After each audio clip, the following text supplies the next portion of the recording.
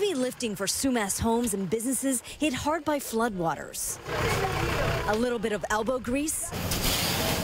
A lot of shoveling to help those in need. They're trying to deal with their house that's flooded and stuff. Thousands of sandbags are heading to homes to protect them from rising floodwaters. The entire experience moving volunteer Angela Tankley to tears. There's just been lots of people affected, and we just wanted to help in any way we could. Tankley came with her son Connor, her daughters, and her husband from Ferndale to help. There's, threats knocking again. So whatever we can do to pitch in and help, we're willing to do.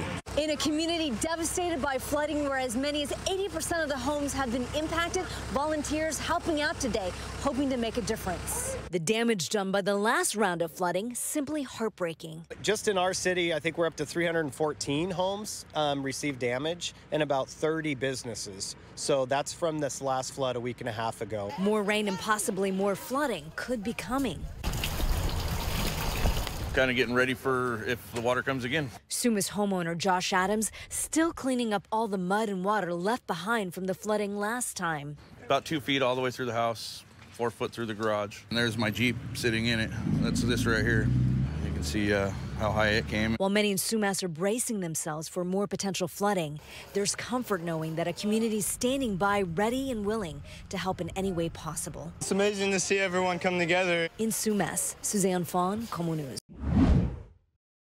Well, it's one of the worst feelings ever when you've ordered that perfect Christmas gift for someone only to realize that it's been stolen right outside your own home. Well, the Washington County Sheriff's Office is doing everything they can to make sure that your holiday package doesn't end up in the wrong hands. You placed the order, you waited for delivery just to find out someone took your holiday package. And now you may not have enough time or money to order another one in time for Christmas. That whole time between sort of Black Friday and Christmas, right? Because there's a lot of online shopping going on, a lot of packages being delivered. Detective Patrick Altier's team prepares packages for thieves to take on purpose. We go to people who've been previously victimized and see if they'll volunteer to host our bait packages, and they're usually more than happy to.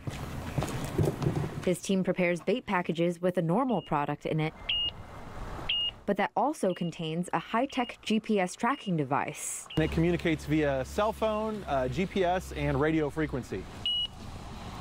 All right, come on out with the package. Detectives and past victims volunteer to host a bait package and just wait for a thief to take it. It's kind of like fishing. And if a thief takes it, it's mail theft, which is a felony. The way I look at it is, like right now, a thief has two choices, something that's valuable or something that's not valuable. And we try to put that third choice in there, something that's valuable, something that's not valuable, or something that's gonna get you taken to jail, right? So now there's two options that are bad and only one that's good.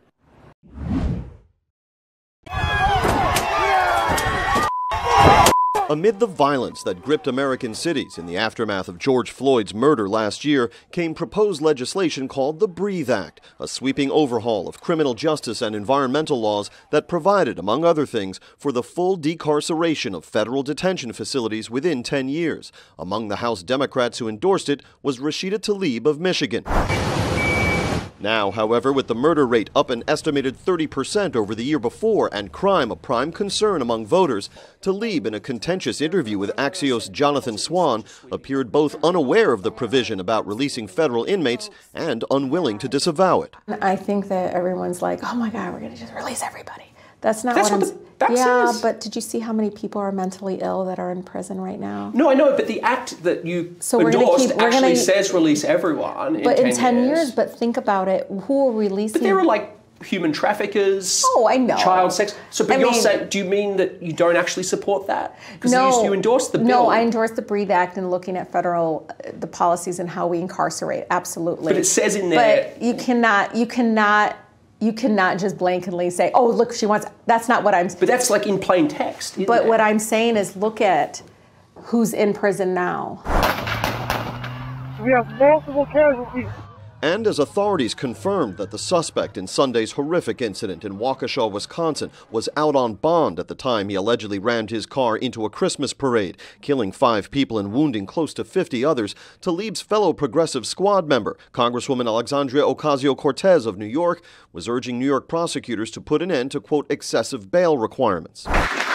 President Biden, who championed tougher criminal laws as a senator and criminal justice reform as a candidate last year, appears determined to maintain credibility with both sides of today's debate over policing, signing measures just last week that increase spending for police departments while embracing a greater role for alternative measures such as mental health interventions. When you look at what our communities need and what our law enforcement is being asked to do, it's going to require more resources, not fewer resources. A Gallup survey this month found 51% of Americans saying crime is worse in their area than it was a year ago.